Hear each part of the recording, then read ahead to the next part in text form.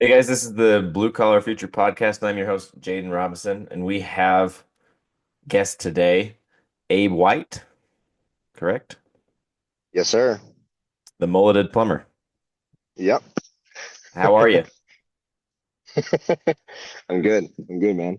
How I are you? posted a good. I posted a picture the other day about back when I had a mullet. I had a mullet at one point. It There was you a long go. time ago. It was much less facial hair ago, and I got sick of it. So I'm freaking done. Yeah, I I got to a point where I got sick of long hair and realized that it was the hair on the top of my head I didn't like. So that's why I went with yeah, the mullet. And then I got sick of just long hair in general. So been trying to keep it fairly short. But yeah, sure. anyways. Mine's more of a mop than a mullet right now. I gotta, I gotta work on that. Yeah, you permit.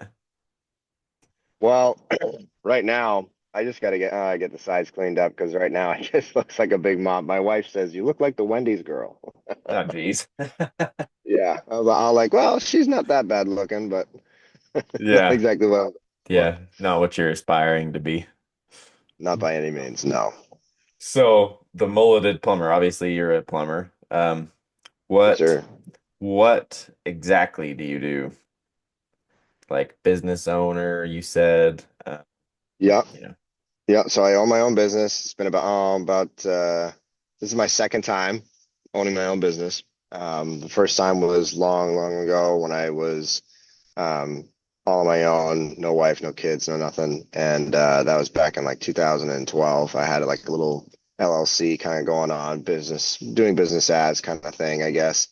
And then it didn't work out so well. I had a bit of a snag with finances as far as somebody just skipping town on me and not paying, which that's a whole nother story. But I worked for people for a while, went into the union. I was in the Boston Local 12 for a while, left there.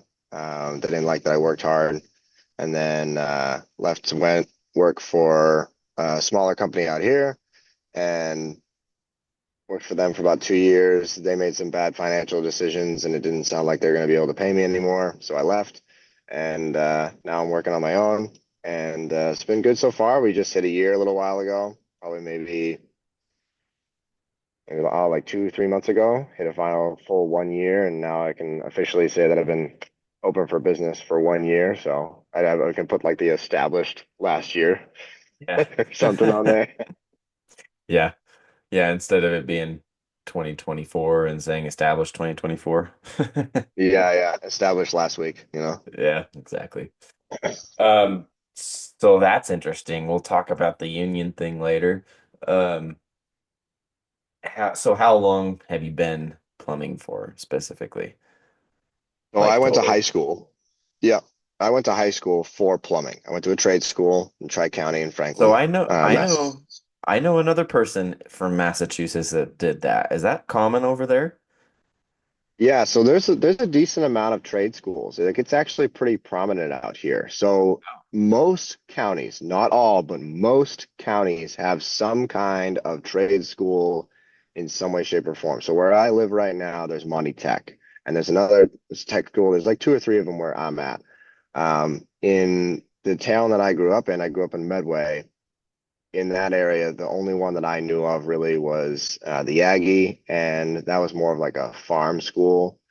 But they had trades, and then there was also Tri-County, and then there was another tech school, I believe in Walpole. So they're prominent, but they're not like every town, but there's access in every county on almost That's all fronts, which is good. yeah, that's crazy because I mean that's one thing that I've always said would be super beneficial for people nowadays is being able to have a school in high school that you're learning these trades. And the person Yeah. I knew specifically grew up in Boston, and he went for uh, to be an electrician. So he basically, I mean, I don't remember how far along he said he was in like his steps when he Yeah. graduated, but he graduated and was making pretty good money like right out of high school, which is Oh yeah. insane to think about. Like there's no other places you can do that. Um, Yeah. Yeah. yeah. where I went, you come out with 2 years of experience, 2 years of, time in the field and 2 years of class time out of the five that you need to be able to get your plumbing license. And I think it's the same with electrical, I think. I can't remember. That is actually crazy. I think Yeah. need to highlight that a little more, and maybe we all need to take a note from Massachusetts. Sounds like. That's probably the only one you want to take, but yeah. Yeah. So how long is that total now? When did you graduate? So I I guess. graduated in 2012. So it's been, let's see, a little over 12 years now. And let's see. Yeah. Yeah, about 12 years now. But Yeah. I started obviously doing plumbing and all that. I started my own thing, doing side work really, with friends and stuff like that, doing, things for friends and family as well, and doing plumbing itself, like in my sophomore year of high school. Like I was out in the field working and stuff like that, doing things. Just because I knew that I got super passionate about it really fast. I actually wasn't going to do plumbing originally. My plan was to do carpentry because that my bloodline on both sides of the family all carpenters. Yeah. And like at the age of 7, I was building stuff for my mom out of wood all the time. Yeah. She's like, "Oh, can you build me this? Can you build me that?" Like I built like this whole cabinetry thing for my mom when I was younger. I was like a 10 or 11. Built a bunch of like shoe boxes and stuff for like the mud room in our house, and built like repaired tables and things like that. Repaired a little coffee table that my parents had. Built a couple other things. I'll like automatically like really good at carpentry. Still love and enjoy it, and I do it all the time. Like I built something for my kids for Christmas. I built like these really nice beds for my new baby that's coming along, and all that kind of stuff. And that was the plan. Carpentry, really good at it, love it, super fun. And as soon as I heard the figures about what I was going to make as a plumber, I was like, sold, done. Sayonara carpentry. Yeah. Let's go be a plumber. Yeah. I feel like a lot of carpentry trades might be a little behind. Some of those like plumbing, electrical, stuff like that. But I don't know. There's It's something definitely there is. underappreciated. Yeah, underappreciated for sure. I know here at least, like, um, being a framer is not really a sought after thing anymore. When Yeah. I have some family, my wife's side, that's framers, and I've talked to quite a few framers around here, and it used to be valued, and you made pretty good money. Yeah. So it kind of sucks that that's happened that way. Uh, yeah, I enjoy carpentry too, and concrete we do. I'm a concrete carpenter, partially, like form setter Sure. and that type of stuff, and Oh that's yeah. that's part of the stuff I enjoy some of the most about doing concrete is like being able to have a carpentry aspect while then also having a masonry, like working with concrete aspect afterwards. And yeah, carpentry is fun, but I think it's super underappreciated in most places. Yeah. So yeah, Yeah. So on my mother's side, her uncle was a Finnish carpenter, and then her father yeah, was a rough carpenter where he would, do concrete forms and things like that. And he also did, he built his own house. So he had, rough carpentry skills as well. And it was interesting to see the dynamic between the two and like how they lived their lives and yeah, what they were good at and things that they enjoyed and what they did on their free time and kind of just knowing all about that. I actually just interviewed um, my uncle Donnie. He was the Finnish carpenter a while mm, back as he was in the wars and all that kind of stuff. And so I wanted to get some information from him before he passed away. And he's still alive, but we just wanted to get those stories. But to see the difference between the two and like what their living style was and everything, and yeah, it's just crazy like how much of a difference there is in just that parameter of finish and rough carpentry and how different they are. yeah. I did the finish carpentry on my house and have um, done it on some of my parents' projects that they've done. Like they built a cabin and did it up there, and it's Nice. super cool to like you say, like the concrete carpentry is really it's rough carpentry. It's very like it matters. The details matter, but not nearly as much. I mean, you're talking about, you can, I think the industry standard for carpentry is like everything, all your measurements and cuts and everything within a quarter inch. And most people try to go like 16th, like they try to aim for 16th and then whatever. But like rough carpentry, like on the job, I mean, I just don't even care. It just doesn't even matter. Yeah. Like obviously you want things to be right, but it just Yeah. doesn't matter that much because it's all temporary stuff. Um, it's just there while, you put the concrete in and it sets up and then you strip it all away. So Yeah. having moving from a temporary setup to permanent finish work is pretty interesting. So, and Yeah. like you said, I have some family as well. My father-in-law helped a ton on this house, and he was a framer, did some finished carpentry, that type of stuff. And it's super interesting to see people that have done that and really, really care about those little details. When I care about the details and I'm meticulous, but not that much. I mean, I'm more of like Yeah. a get as good as I possibly can and just get done and move on. So, Yeah. yeah, The super allowable interesting. tolerances between like I talk to my son about this all the time and I tell him like, hey, like in this project, whatever we're doing, this is the allowable tolerance. Like, hey, we're stacking wood. All right, the allowable tolerance is drastically bigger because we're Yeah. stacking wood. Yep. Hey, all right, now we're shoveling snow. The allowable tolerance is a little bit tighter because we want to get all the snow, get Yeah. as much Yep. as the snow as you possibly can. All right, hey, we're building something for your mother. The allowable tolerance is really tight. Oh, Like, yep. but yeah, so it's interesting. The allowable tolerances of each trade and Yep. each project that you do will drastically, widen as Yeah. you get like those rougher trades. Yeah. Well, I mean, and it depends on what you're doing, right? Like when I'm, you know, forming a set of stairs, let's say, the main thing that matters is the rise of the stairs. Yep. That needs to be pretty close. Like they all need to be consistent, but they Mhm. can be a little off as well. But you want to keep those consistent. But like almost every other detail of it just doesn't matter that much as Yep. long as it looks right and square and stuff. Because I mean, Yeah. there's jobs where we'll set forms and stuff and they'll be square, but they won't look right at all. And Yeah. or you won't be able to find square off the house because we're talking on such a big scale and maybe the foundation isn't square and the framing is off from that as well. So you can't look Yeah. at it. You can't look at it and have it be square and look right because everything's wrong. So like Yeah.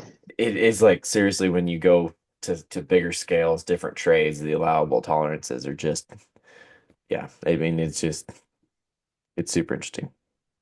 Yeah. And plumbing has um very small tolerances, I would imagine.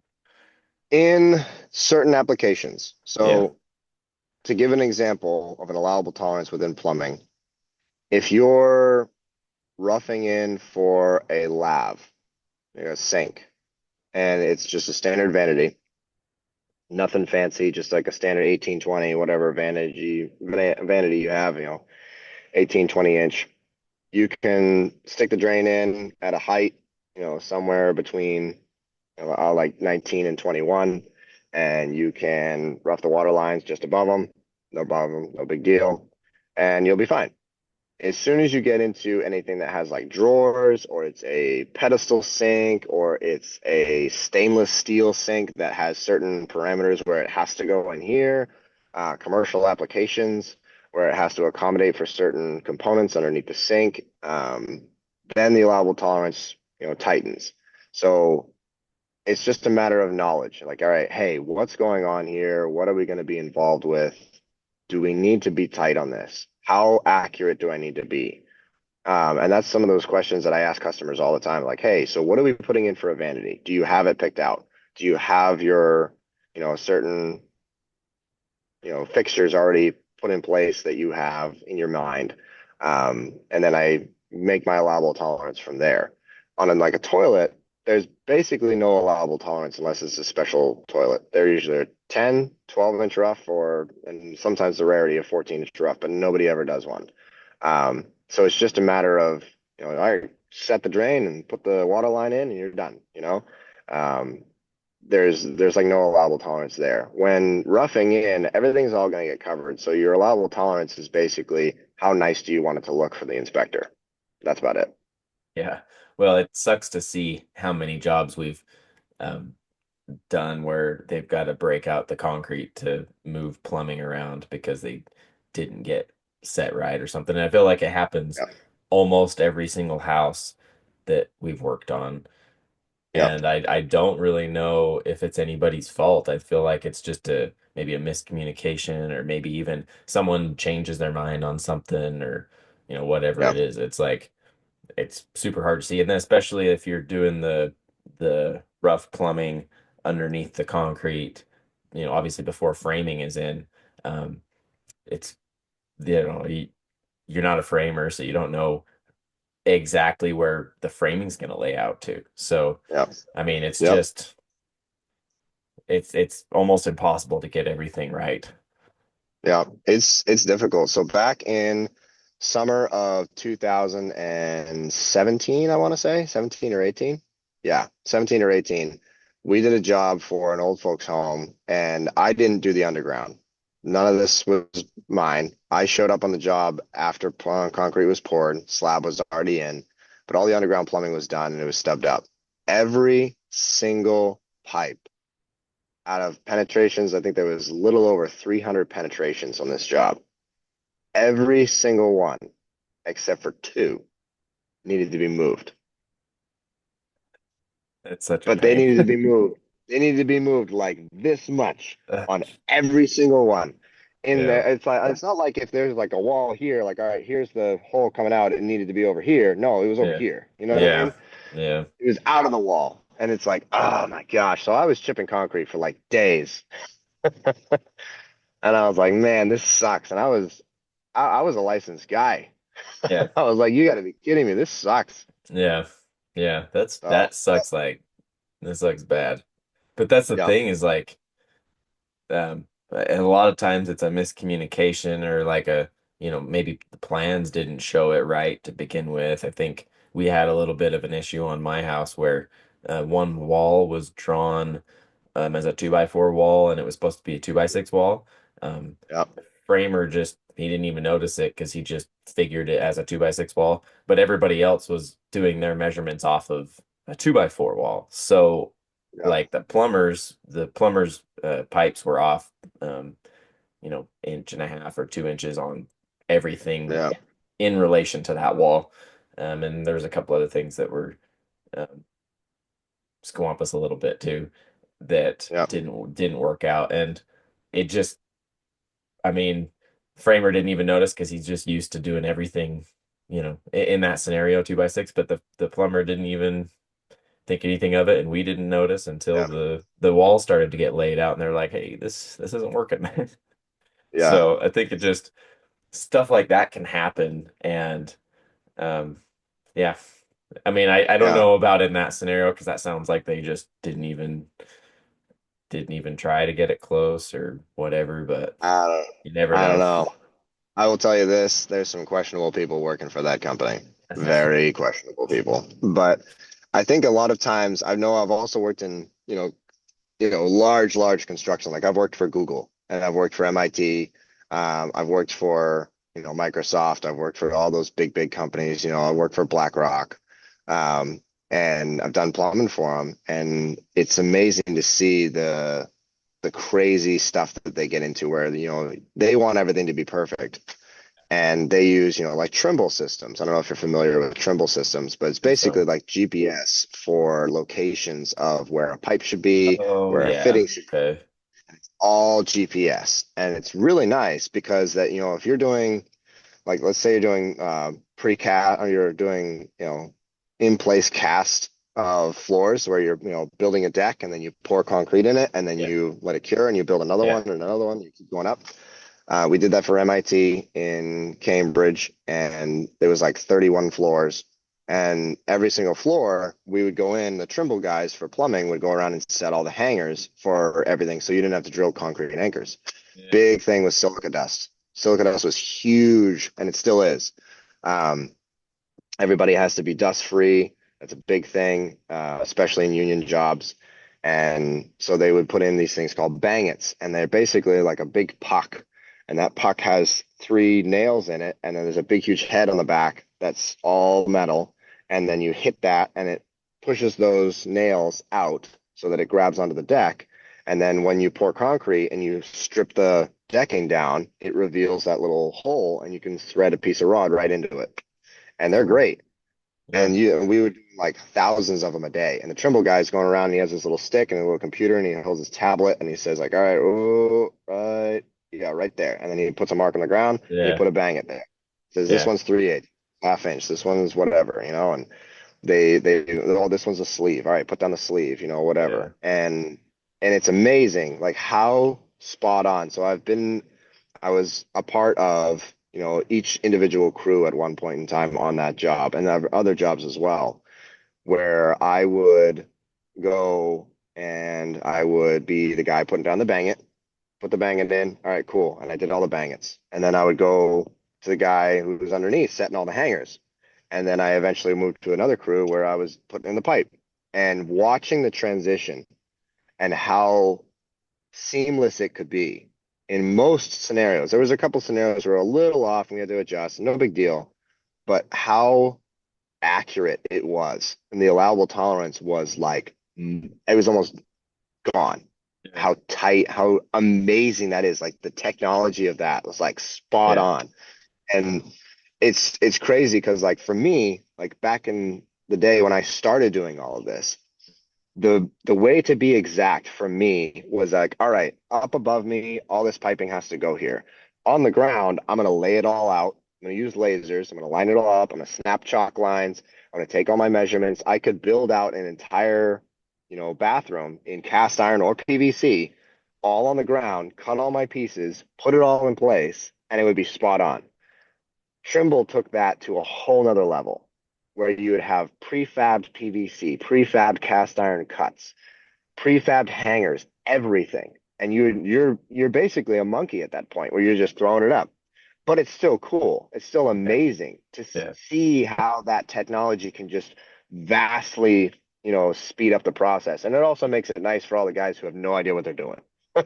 Exactly. Yeah. Well, and then it takes the guesswork out of it as well, and having to having to basically think through and calculate out where every individual thing is based off of the plan and Yeah. make measurements and stuff.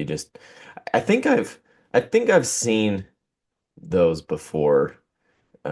But I don't think I've seen him on jobs around here. Maybe just Instagram. Maybe some bigger jobs that we've been on. I've seen that.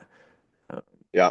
Because I think So people do something like that to lay out their um, like foundations and stuff, their footings and foundations in some aspects. So yeah. Yeah, I know that the same technology is used if you see a dozer with the little GPS beacons yeah, on top. Same yeah, exact idea, except that the dozers and all that kind of stuff, machinery, when they're doing theirs, I believe, I'm not exactly entirely sure, but I believe that they are not using a laser. They're actually using global GPS tracking. I Really. think. Because on Trimble, you have, a central point, like a starting point where Yeah, you set that on that point and you lock it in. And then the Trimble system says, okay, I know what my layout is. yeah, This is my constant. Oh, this is my, my point of reference. All right, so now I've locked in. All right, now I move over here. All right, now I'm this much closer to those points. I'm this much farther away from those points. Like it knows where it's at. yeah. I mean, But I, it's the same concept as basically a yeah, CNC machine or something like that. You always have exactly. you have your starting point, your reference point, and everything is built around that.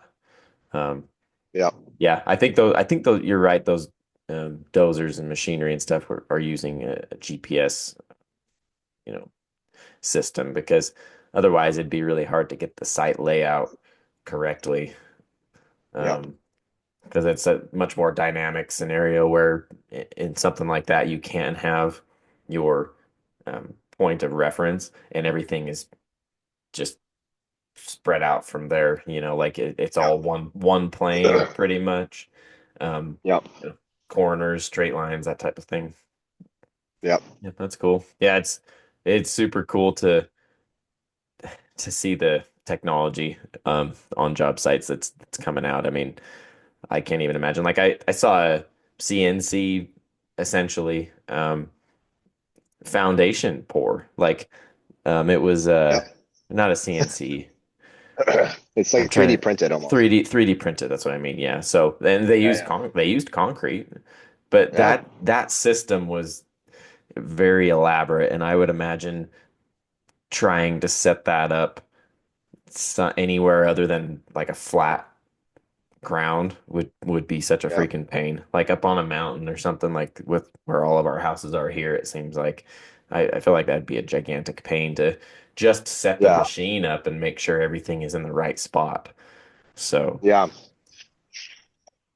yeah, because there's too many dynamics going on. And that, I mean, you could go on that vein of Ooh. the topic and talk about how AI is not going to replace people in construction because there's too many micro adjustments that need to be made that need decisions made, right? Because Yeah. and then dynamic job sites where it's not just a flat piece of ground with, um, building block type stuff.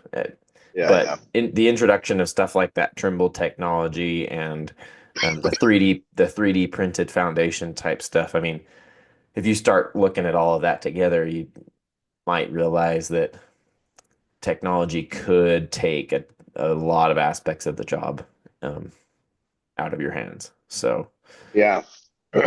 Yeah. I will say I'd be very interested to see if electrical and plumbing and HVAC have any kind of robotic, you know, replacement. And it's I think they're far from it just because of the amount of intricacies that come into play.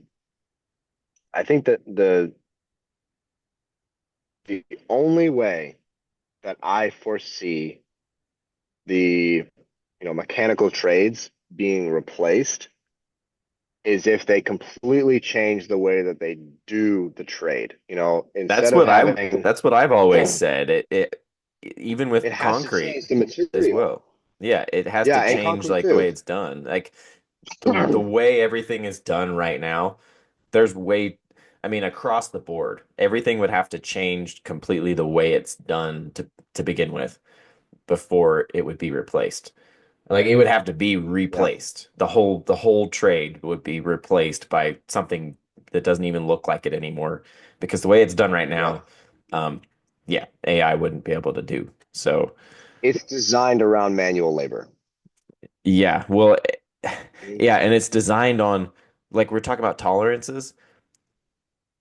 It's designed on like being able to have on-site adjustments and really Yeah, requiring on-site adjustments a lot of the time. Like the building yeah, plans for just a house are not every specific detail of that yeah, house.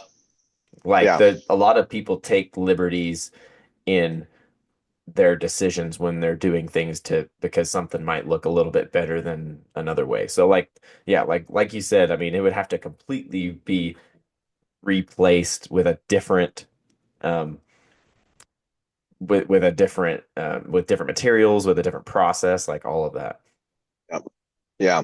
I mean, it's one thing for me, like, for me to take a hanger and a piece of pipe and I set my hanger and I like screw it in, nail it in, like attach it, however, it's and then to like set the pitch, like all those different things. Like in order to do that, like just to give you an example, currently working on a job. at a fish house where the roof of this building is all wood. It's a very old building. It's well over like a couple hundred years old. This place was used to build tanks back in World War One. Like this is an old building. And there's engineered wooden trusses with these giant beams, like sections of this beam are like 10 inches thick, and you can't touch them. We have to hang from the ceiling, so it's like a 6.5 foot drop, um, just to get below the beams in some scenarios. But the roof itself is wood, so it's kind of like this, you know? No robot. I don't care how smart you are. No Elon Musk is ever going to be able to create a robot that can do that job. Like Yeah. no robot. Yeah. The only way that you can make that work is if I go in personally, hang a bunch of way longer rods than they need to be, and then the machine comes in and like lasers up and sets up hangers. Yeah. Maybe, you know? Well, and my whole problem with this entire discussion is like if you got an AI that was able to like basically function as a human being and the robot technology was advanced enough that the motor functions could handle something like that, we have a bigger problem because then we are in a freaking dystopian society where robots are taking over because like Yeah. that is some super advanced stuff that is not going to be easily replaced. And especially, Yeah. and you brought up a good point, working on older um, um, buildings and stuff is always going to require someone there thinking through it, maybe even doing the work themselves because it's too dynamic of a process Yeah. for a robot Yep. to handle. And if Yep. we go along this line of saying that AI will replace and we change the process and materials, that doesn't include anything that's been done up till now. So we're still going to have a space for people to be doing this stuff because everything is still going to be this old technology, basically, this old way of building these old materials, whatever it is. Yeah. Yeah, definitely. 100%. Yeah, it's crazy. It's and the more I think about it, it'd be interesting to see a world, a future where something, AI took over a lot of responsibilities of trades, but I just don't see it happening anytime soon. Like there's no way. And again, if it does, like I I mean, is that really good? Is that really good that we're taking away work from people? Because I mean, we're gonna have to find something else for all these people to do that are going to be put out of work. So, I mean, Yeah. I feel like the advancement of robots at that point or AI or whatever is not even in the good of humanity. It's just because people are trying to create stuff, which is cool. Yeah. You've That's seen the what movie humans Wall-E? do. Yeah. That's Yeah. that's like my biggest thing is like anybody who's seen Wall-E, and for those of the people listening or watching that have not seen Wall-E, go watch that movie and tell me that that was a good thing that happened. Yeah. Yeah. Because you can't tell me that that was a good thing. Well, It was bad. there's all sorts of like stories about dystopian societies where robots have taken over. And I don't think they're that far off from the truth. Obviously, it might not happen exactly like Yeah. what they say because it's just a story, but like if like again, you create something like this that's a sentient being and can think for itself and has the knowledge of a human and can learn and like it has the body to be able to do everything a human can do. I mean, how good is that? Why is that good? Yeah. I don't understand. I don't understand how that could possibly be good. It doesn't even make Yeah. sense to me. It's cool. Like if we created something like that, that would be an insane feat Yeah. on whoever did it. And I think that's mainly what people are trying to do is like I want Yeah. to create this thing that people are gonna just love and I don't know. I don't get the whole. I get it, but I don't get it at the same time. But, Yeah. Oh yeah. yeah, Let's go back for sure. again, back a little bit. So you mentioned union. I want to hear your experience. And are you union right now, or is like your company, like Yeah. anything like that? So who have you worked for, or how long did you work in the union, and did you switch to non-union, and kind of what's your experience there? So I went into union because that I needed to have some kind of job security and I needed health benefits because I was getting married and having kids and all that. And it was it was something to the effect that I needed it, not necessarily that I wanted it. And I had an in with a friend of mine who was already in. He's a good friend of mine.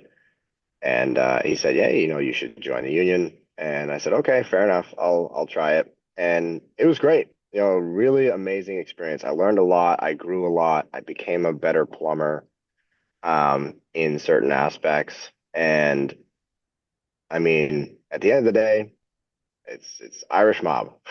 At the end of the day, every union is Irish mob, Italian mob. It's just it is what it is. Whatever. It's no big Yep. deal. There's a lot of Mm. benefits being there. I would have never had better health care. I had my daughter when I was in union, and when my wife gave birth to her, we didn't pay a dime, Wow. not a dime. Like, Yeah. and still to this day, we've never been asked for any money for any of it. It was the best health care I've ever had, and for good reason. All those guys, and including me when I was working for them.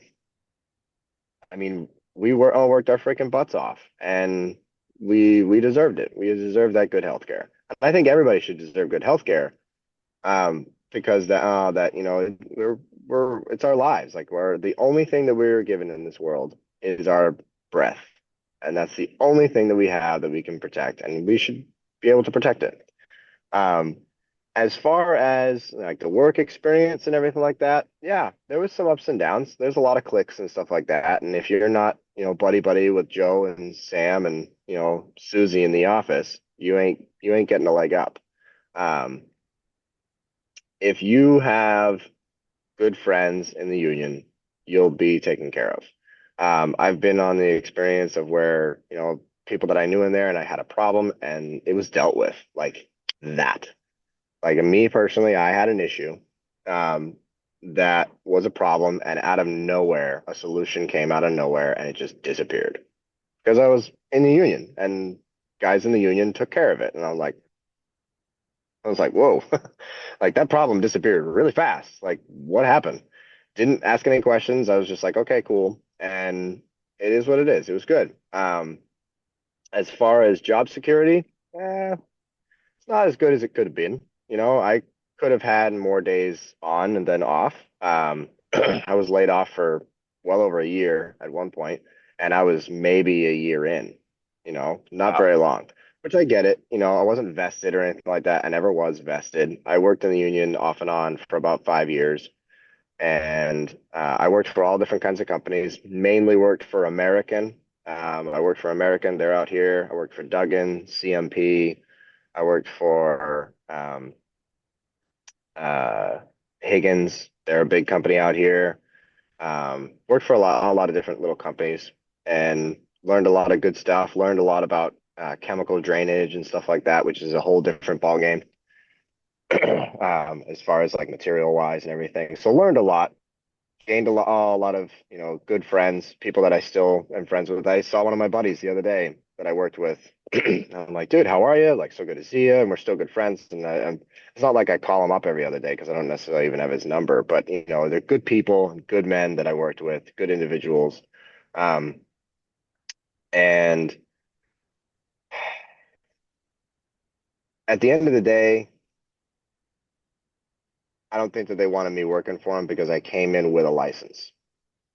I had my ticket when I walked in the door, and I'm like, "Hey, I'm looking to work." And they originally asked me when I had my license, "We want you to start over and go to a first year apprentice." I was like, yeah, I don't think so. So I pushed them off for a little while. And then they came back to me and were like, "Hey, no, we're looking for guys. You want to work?" And I'm like, "All right, I'll work." And I got in a really weird way. There was a company that was being unionized, and I worked for them for a little while. And that was a whole nother story. That's like a whole nother podcast if you want to do one. That was a Yeah. bad situation. That was bad. I got cheated out a lot of money working for that company. I was lied to. I was stolen from. Like people stole stuff from me in that company. The owner of the company cussed me out and told me that I was a liar and I was a horrible human being. That's a whole nother story. Um, and and then eventually I got in, which is fine. I got in, I got into the union, started working, making money. It's good money. Um, I think that there's a certain cap where you're just making too much money and you just can't get more, you know? It's just not going to happen. Um, there's some guys that we call in the union that are called two percenters, where they work so much that they're getting an extra 2% every single year that they work over their amount of, time frame that you're supposed to be able to get, your pension and annuity and all that kind of stuff maxed out. Like they max out their stuff and they get an extra 2% on top of it. This one guy, Tony, he worked, I think he was 74 and he was still working in the union. Jeez. And yeah, and he had a lot of freaking money. Dude, the guy, I eventually I talked to somebody, I can't remember who I talked to, but it was a good friend of his, and he knew his bank account. And he's like, dude, that guy is set up like you wouldn't believe. He had money like they talk about in the movies. And I'm like, dude, wow. And he's one of those guys who've been in the union for so long. He just kept all his money. Yeah. And that's great. Money's great. Don't get me wrong. I love the money. But man, he never took a day off. He takes 1 2 week vacation every year, and that's it. He goes on a cruise and he doesn't come, and he comes back and he goes right back to it. Every single day. He works every day, every week, except for Sunday. Every single year, all year round until he gets that 2 week vacation. He never takes a day off. And I'm like, bro, I can't Uh, do that. I mean, at least he's taking a 2 week vacation, I guess. Yeah. Yeah, he's taking a 2 week vacation, but man, dude, like Yeah. I gotta see my kids. I gotta see my wife, like I want Yeah. to be able to take time off and do what I want to do and be with my family. And that's just not gonna happen for him. Like, I mean, Yeah. he's older and his wife obviously seems to have gotten the gist that he's not gonna be home, but whatever. I mean, they're happy with it, but I would never be able to do that. I Yeah. gotta see my No. kids. I Yeah. got a 1 year old, Yeah. I want him to be able to know what his father looks like. Yeah. Exactly. That's like, I was super busy this year when we had our baby, and it was like, man, I freaking hate not being at home. It sucks. Sucks Yeah. not because especially at the baby stage, they change so much every single day. It's like I feel like I was Yep. missing out on my kid Yep. growing up. I kept teasing my wife that he doesn't even know who I am. And she Yep. was like, "Yes, he does." Like, but still, it's like it's along that line. It's like I feel like I don't understand how people can be that and like just not present. Just be gone, not at work all the time, not at home, and be fine with it. It's crazy. Yeah. But you get that with I think with everybody, every profession, every trade out there. Um, But yeah, I mean there is more to it than just work. There's more to life than Yeah. just being at work all the time. Yeah. So Yeah. I feel like unions are a really good thing. But I feel like it has to be a place where the unions are a strong presence. Um, Yeah. I don't know. I mean, I've talked to people that they have bad experiences, and usually it's because the union just doesn't really do that much for you because they don't really have that much power. Um, I don't think I would ever join a union here. I think there is a concrete union here, cement finishers union or whatever, but I don't know a single person in it, so I can't imagine that Yeah. um, they have any sort of pull with anything. And you probably in it, they probably have to work with other locals, and you probably have to travel a lot. So Yeah. I don't know about it. So Yeah.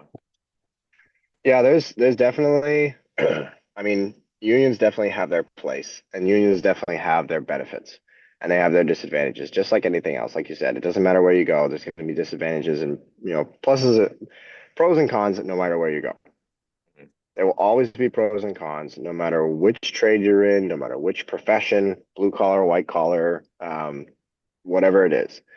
And my firm belief is that as long as your motivations are sound and your drive and your ability is focused on benefiting, as a man, being the breadwinner, or as a woman being the breadwinner of a family, as long as your motivations are driven to benefit your family and your loved ones and the people that you are stewardship over, just make it happen.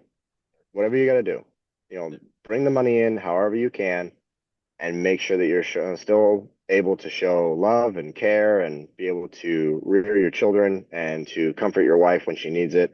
And that's why I went on my own.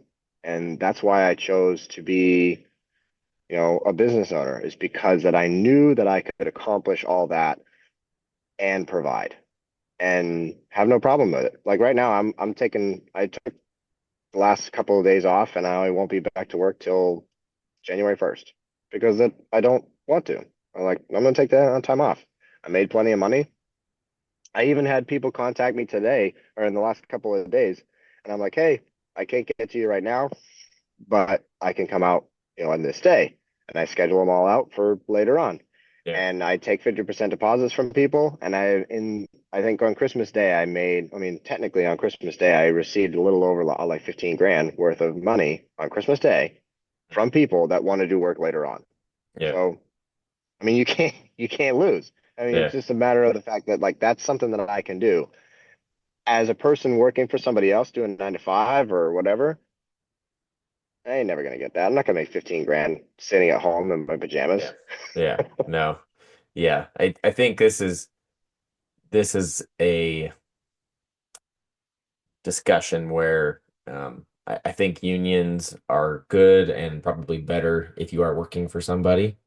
Um, Yes, better to be in a 100%. union. Yep. And if you're not in a union, like just being a business owner is just better anyways. Yeah. Yeah.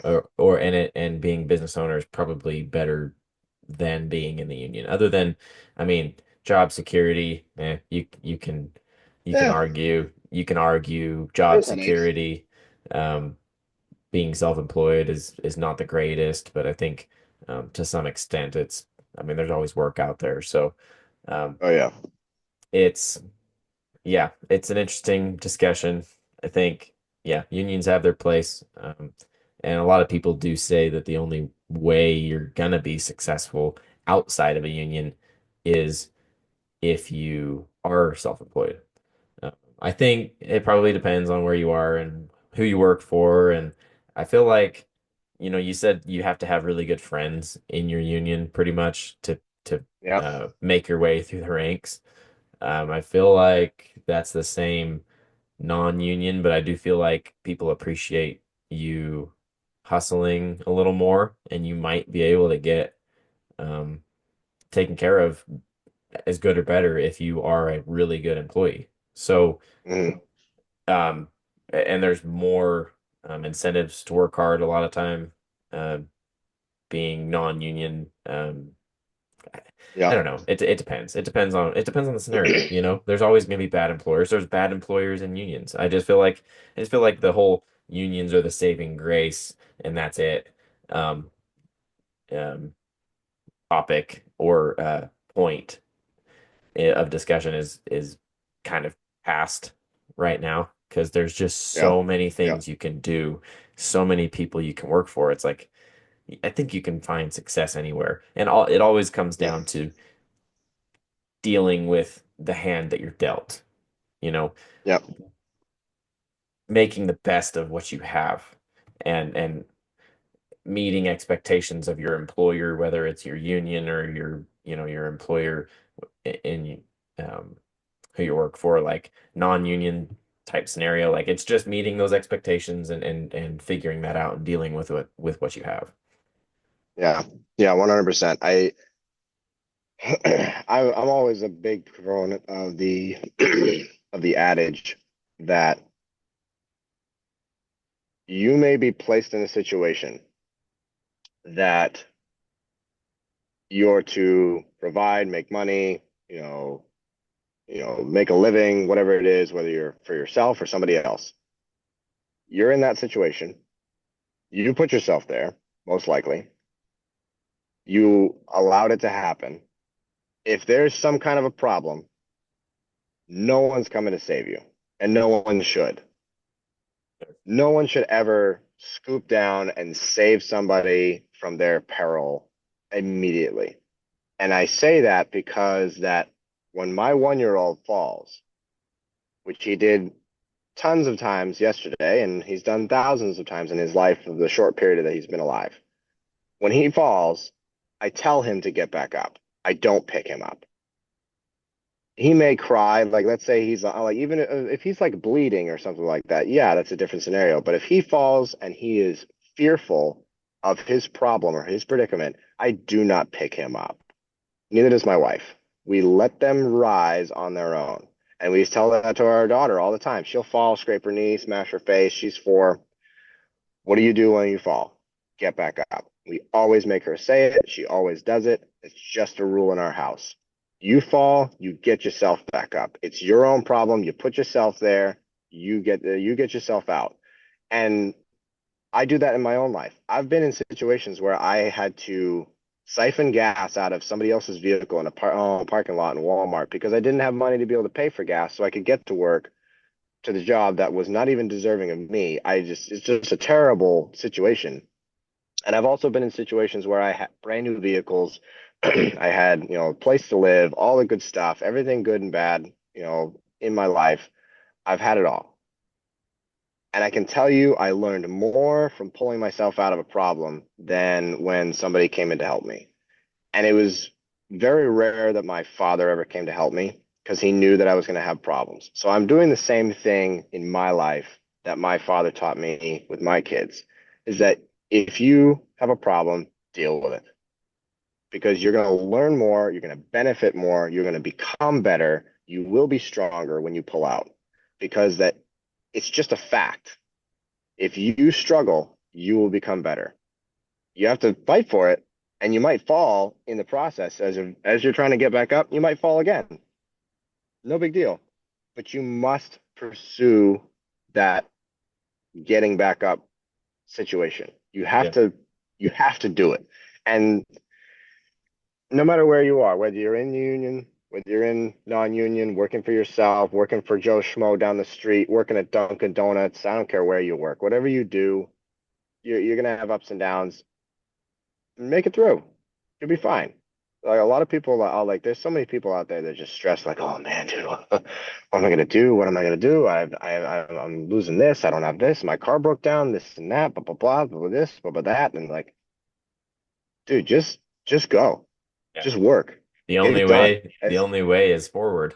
You can't, I Yeah. mean, it's like, yeah, that's crazy. And it's easy to sit there and dwell on the bad scenarios and get all stressed out and stuff. And that's something I have to tell myself when I start getting in my head because I like to think things through and then sometimes it gets a little out of hand there where then you just sit there and dwell on these problems instead of just pushing forward, instead of just making a Yep. decision, doing what you need to do. Um, yeah. Yep. Yeah. I Anyways. I remember my dad telling me, and I asked him about this because my parents never let me spend any of my money that I earned when I was a kid. And this is the reason why. And I asked my dad later, and I was like, "Hey, why'd you never let me have any of the money that I had that I earned?" And he said, "Well, because I wanted you to learn a lesson on your own. Because when I got out of high school and I left, I went on a 2-year mission, and I came back, and I had in my bank account, I had well over like $40,000 saved up." As like a 20, 21, 22-year-old kid, that's a lot of money Yeah. to just be sitting there, freaking cash money ready to go. Yeah. on a debit card, and my dad handed me the debit card for the bank account. And he says, "Here you go, start your life." And I blew through it. I won't Yeah. lie to you. I blew through it. I bought That. a crap ton of tools. I bought a truck. I bought all kinds of stuff. I set myself up. I bought a four-wheeler. I bought snow sleds. I bought all kinds of Yeah. stuff. I blew Yeah. through my money, freaking Yeah. gone. And I was like, "Why'd you let me do that?" And he said, "Oh, and I'll never forget this. I'll never forget this." He said, "I would rather see you fall flat on your face and cry and bleed out and almost die before I help you, because I knew you would become stronger from the pain." I never forgot that. And it just blew my mind. And I was like, that's ridiculous. Like, why would you do that to your son? Why would you let them go through that pain? And then I finally realized it after I finally came through. When I pulled myself out of that gutter without my dad's help, without my parents, when I finally got myself back together, I was doing the right thing, I was doing good things. I saw the blessings that came from my own personal strength, picking myself back up out of that rut. And not gonna lie, I also had plenty of help from God. And I don't care who you are, God's gonna help you if you ask for it. When I pulled myself out, I knew I was stronger. I knew I was better. And I will never forget that. My dad told me that. I will never forget that he would rather see me fall flat on my face rather than, help me. Well, there's a lot of parents nowadays that don't want to see their kids suffer at all. It's crazy. It's part of life. You have to. And if you don't let them suffer and struggle now, the rest of their life is going to be absolutely terrible. I mean, misery Yep. just across the Yep. board. I don't know Yep. if you know uh, who Jordan Peterson is. He Oh yeah. he talks about the devouring mother, I think is what he calls it, where there's Yep. just this overbearing mom nowadays, mom figure, but it goes for the dad as well, like just not letting kids do Yep. anything, like having to be like right there all the time, comforting, Yep. giving, like whatever it is, no matter the situation. And that doesn't help anybody. It doesn't help you learn how to function as a human being because like there is no world where you will not struggle. It just is Yep. where like when and where and how. Like that's all there is.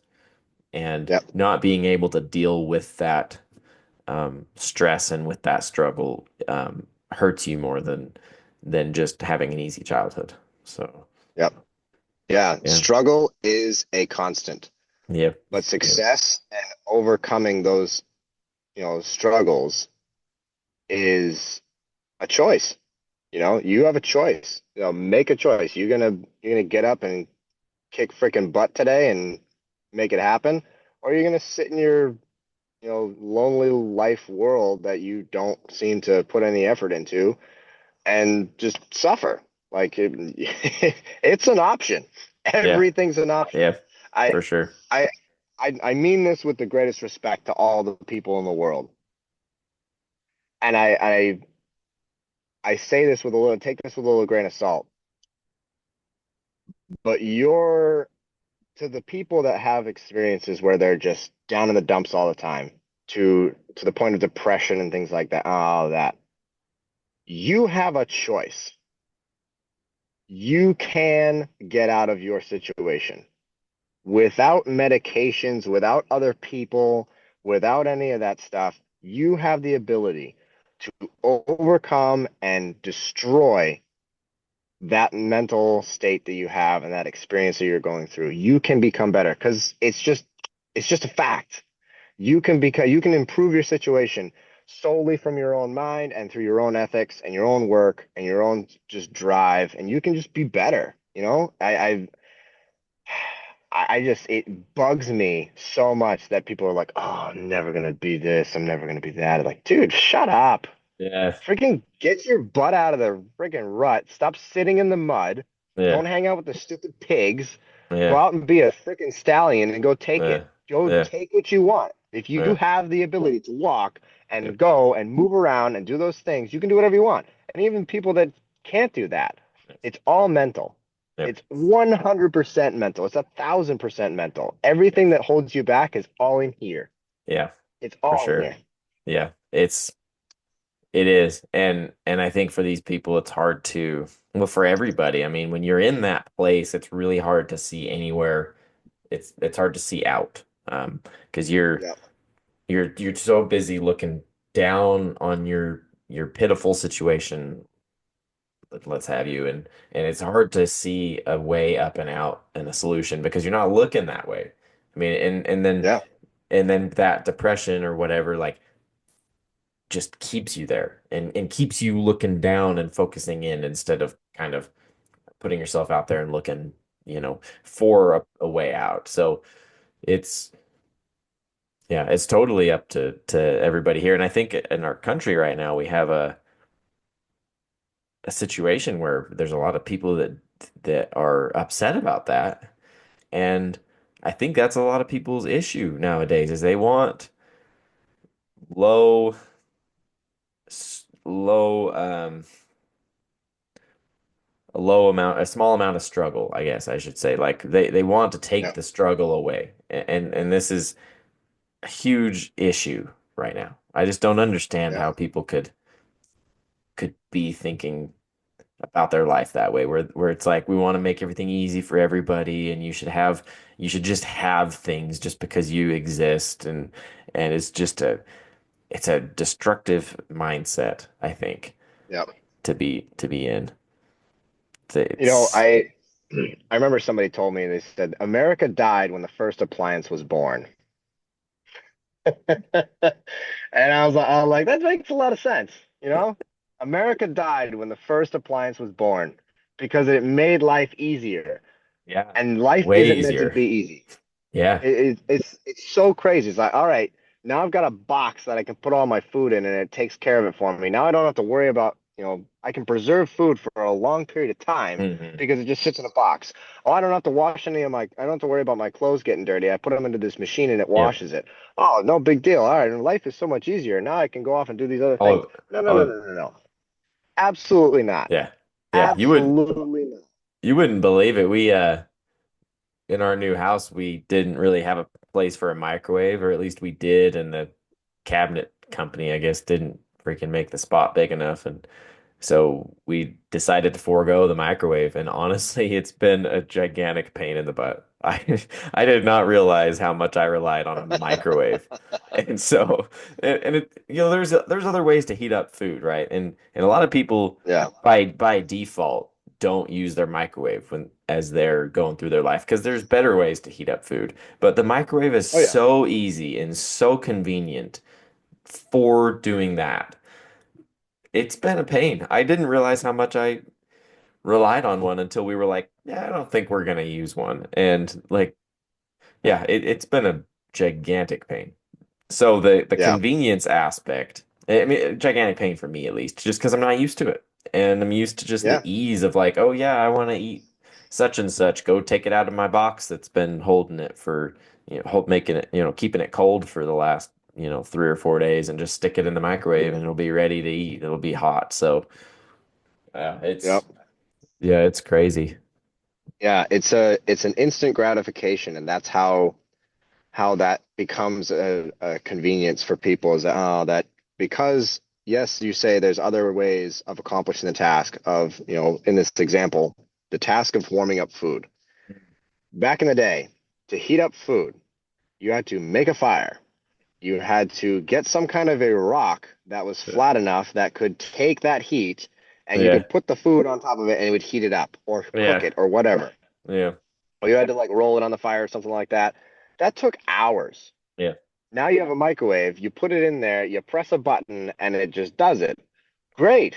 Now you're used to it. Now you're weaker because not to say anything, Yeah. but now you're Yeah. weaker Yeah. because that you don't have to chop wood, you don't have to make the fire, you don't have to Yep. go and get a rock, you don't have to pick up the rock, and you don't have to be strong. Yeah. Fat people use microwaves, man. Come on. You know, it's so Exactly. stupid. And I use a microwave. I'm going to tell you, I use a Yeah. microwave. Yep. I'm not saying like I build fire every time I need to heat Yeah. up baby Yeah. bottle. Like I'm not that Exactly. guy. but just the sad part is that I personally have become weaker because of it. And that's where Yeah. I'm like it just bugs me. Yeah. I want to be better and I want to be stronger. And that's where if I could and I had the ability to, I would start over again and go back to horse and buggy and all that kind of crap. I would love it. I would love it. I would love the Well, struggle because I would become better from it, you know? well, as we're talking about this, you mentioned you went on a 2-year mission. I have some friends, family members, like cousins or whatever, that have gone places that they had to go out every day to get their food because they didn't have a fridge, and Yeah. they went to this little village, like one in particular, one of my cousins went to the Philippines, and he had Yep. to like walk like an hour every day to get food because they were Yeah. away from the village, this little tiny place, and they didn't have running water, so they had to like shower from like clean themselves from a bucket, and so I don't Yeah. think they didn't have hot water. Like they were living this insanely difficult by our standards life, which was the norm at one point. Like Yeah. you didn't get to Yeah. just wake up in the morning and go into the fridge and grab some milk and throw some processed food in a bowl and eat cereal. Like that wasn't a thing. And you had to go get your food for the day. You didn't keep food just sitting around all the time. Yep. Um, and everything you cook, it was Yep. with intention, and it was, yeah, it was a lot of work. And I think nowadays, just the ease of access for everything is so out of control, and that's probably leading to this problem where people they come across struggles in their work or across their life, and it's not easy, and everything else is easy, and it's like, man, this should be easier. When in Yep. fact, everything else should be harder. Everything is just so Yeah. easy that you're coming across a problem, and now you just can't even deal with it. Yep. Yeah.